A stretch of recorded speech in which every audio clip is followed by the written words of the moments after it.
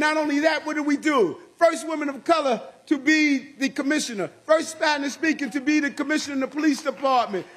First Trinidadian to be a deputy mayor. First Dominican to be a deputy mayor. First African American to be the first deputy mayor. Second African American to be the chief of staff. Why? The first one was by David Dinkins. When you look at our administration, first Indian American to be a deputy mayor, first Filipino American to be a deputy mayor, first Korean American to head small business services. You look at our administration and you will see for yourself, we got all of this chocolate running the city.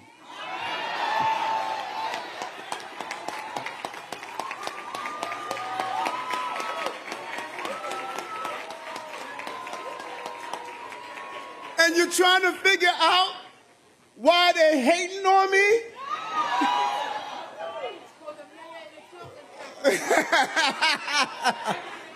Listen, folks, I came into office, we were spending pennies in women and black-owned businesses.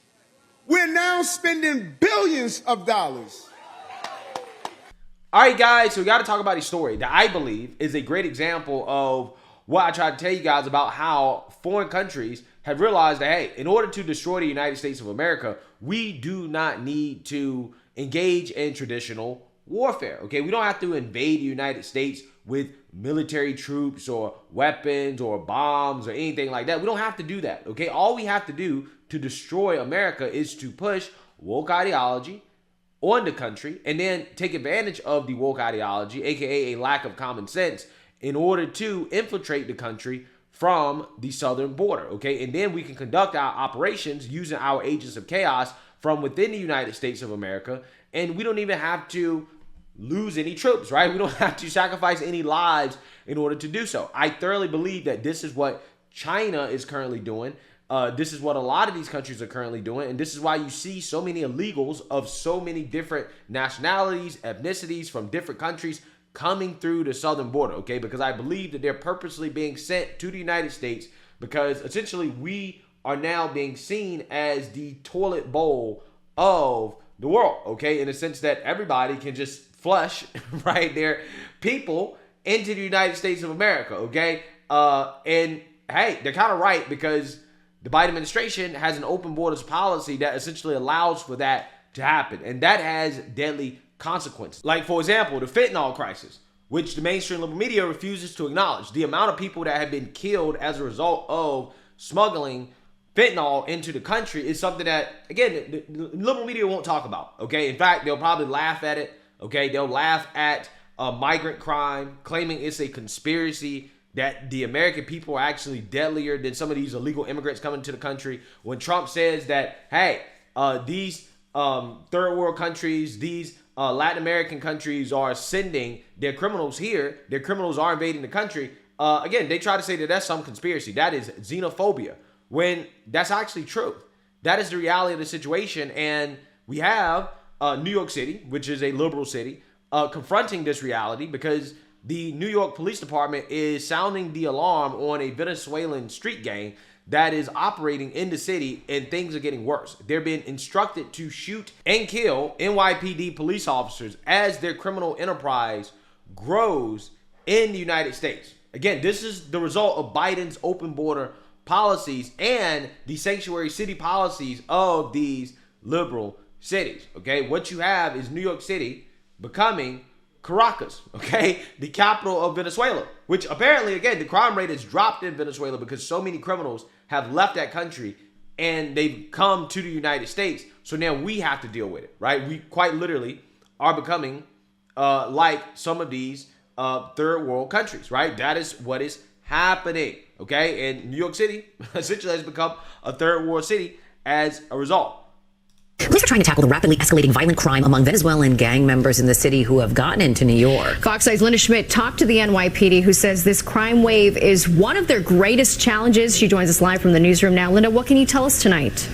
Well, you know, basically what you just said right there, this is one of the NYPD's biggest challenges right now. Now, the NYPD expects the migrant Venezuelan gang crimes to actually get worse in the city before it gets better. They're waving the guns around. Correct. Waving guns and flashing gang signs on this video. The NYPD says these are suspected members of the ruthless Venezuelan gang Tren de Aragua, which has been infiltrating the U.S. for the last 2 years. For the last 2 years, right? What has been happening in this country for the last 2 years? Biden's open border policies, okay? Remember, they didn't say for the last 8 years, 10 years, okay, or any time when Trump was in office, the last 2 years. So this is a direct result of Biden's policies. Also, by the way, I thought New York City was tough on guns, right? And gun control. How the hell are they getting guns, right? How are the criminals getting guns? Illegals, right? How are they getting guns when New York City is supposed to have tough gun control laws, gun restriction? I thought that works. If it works so well, how are they getting access to these guns? And again, the worst part about it is that the criminals, the illegals, have protection, but normal everyday citizens, it's kind of hard to get a weapon in New York City to be able to defend yourself. But the criminals have all the guns in the world. Amazing. NYPD Assistant Chief of Detectives Jason Savino telling me it is believed this video was made while the gang members were in Ecuador, and its purpose is to recruit new members. Then, when you fast forward, you see the same individuals where? In Times Square. So that's our concern. The NYPD says Tren de Aragua has been making it over the border with the migrant influx and is getting established in New York. Wow. Wow. Again, this is why we sound the alarm on all these young males. All these young males coming into the country are not seeking asylum, okay? They're not here because they're being politically persecuted. They're here because they know they can get into this country and that they can conduct criminal operations. This is why people have been sounding the alarm on, again, thousands, millions of single military age men trying to get into the United States of America. See, this is why I say that, in my opinion, single military age men should be excluded from the asylum process, right? They shouldn't even be eligible. Because if you are escaping your country because of political violence, right, or you're being persecuted, hey, historically speaking, the rite of passage for a young man whose country is facing some type of threat or danger, okay, is to stay and defend your country, okay? You don't flee. We used to call single military age men that flee their country during times of turmoil, we used to call them cowards. Now we call them migrants and asylum seekers, okay? It's funny how that works. I'm just saying, there should be no reason we should let a single military age man into this country illegally. There should be zero reasons why we should do that, okay? We should not be doing that. We should not be allowing them to seek asylum because we simply don't have the resources to take care of them. And again, as a man, again, their primary role is to defend their country, right? That is what you're supposed to do, okay? You don't escape, you stay and you defend your country. I'm just saying. New York. What we do see is they are trying to grow. The gang has gone from petty crimes like shoplifting and stealing cell phones and jewelry to all-out shootouts in the streets. Wow. Alleged gang member Bernardo Raul Mata recently confessing to police that gang members are being instructed to shoot police officers. Mata is charged with shooting 2 officers after they stopped him for riding a moped the wrong way on a one-way street in Queens. In court, an assistant district attorney revealing what Mata told investigators about the gang. Tren de Aragua members are smuggling firearms into city shelters inside food delivery packages. That way they don't have to go through the metal detector. Guns being smuggled into migrant shelters in food delivery packages that are not being screened. Wow. Again, so it's taxpayer funded.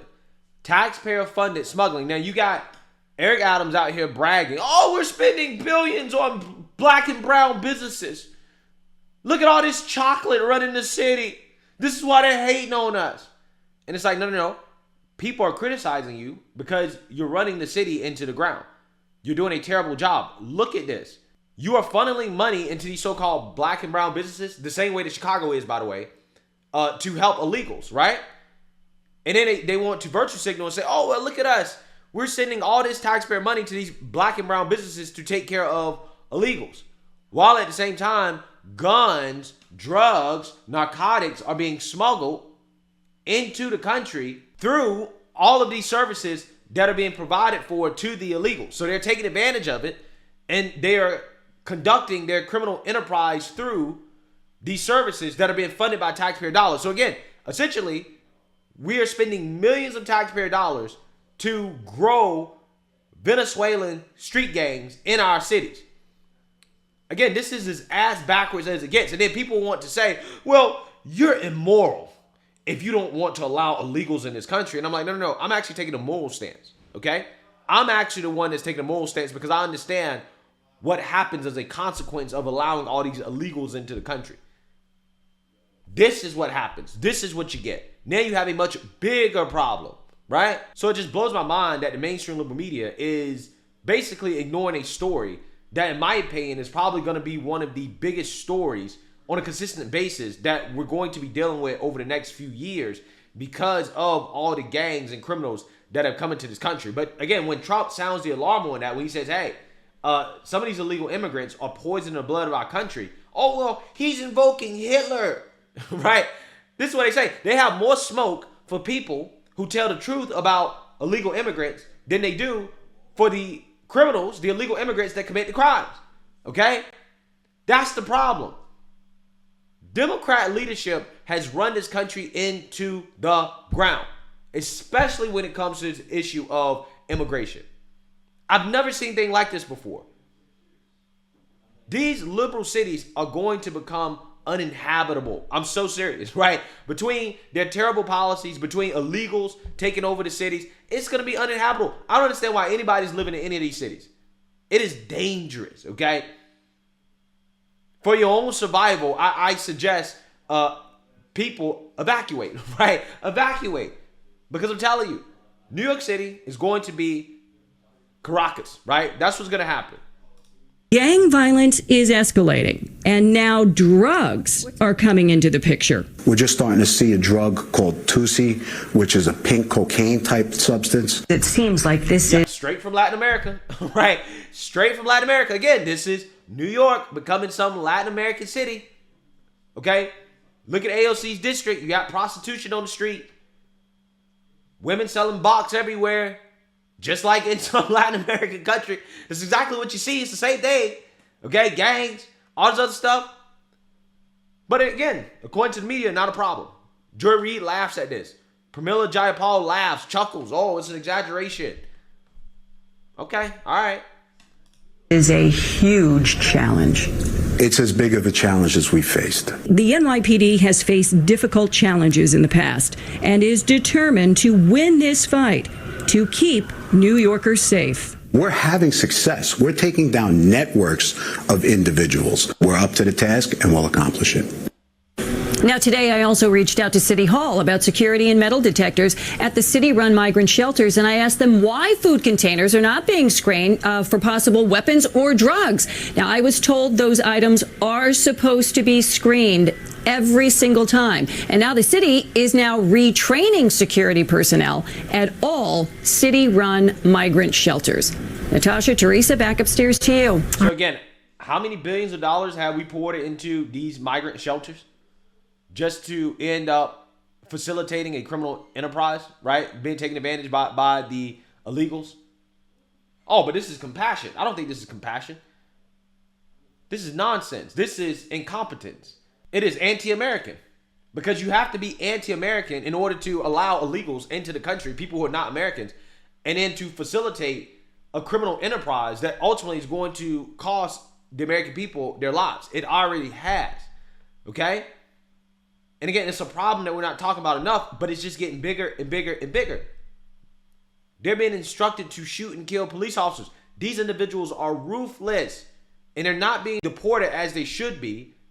They can commit crimes. They get a slap on the wrist. They know where to commit the crimes. They don't go to no red state, commit no crime. They know not to do that. But they'll go to a blue state and they'll commit all the crimes in the world because they know, well, hey, sanctuary city, they're not going to facilitate the government deporting me. They're going to let me stay. They're going to put a roof over my head. They're going to give me free health care, free food. But what do you get as a result? What do you get as a result? Drugs, crime, murders, assaults, robberies. That is what you get as a result of the Democrats allowing this nonsense to go on for way too long. It's one thing to be compassionate. It's another thing to be stupid. This is not compassion. This is stupidity. And this type of stupidity has severe and fatal consequences. Let me know what you guys think. Make sure you like, comment, and subscribe. Most importantly, share a Black conservative perspective. Peace.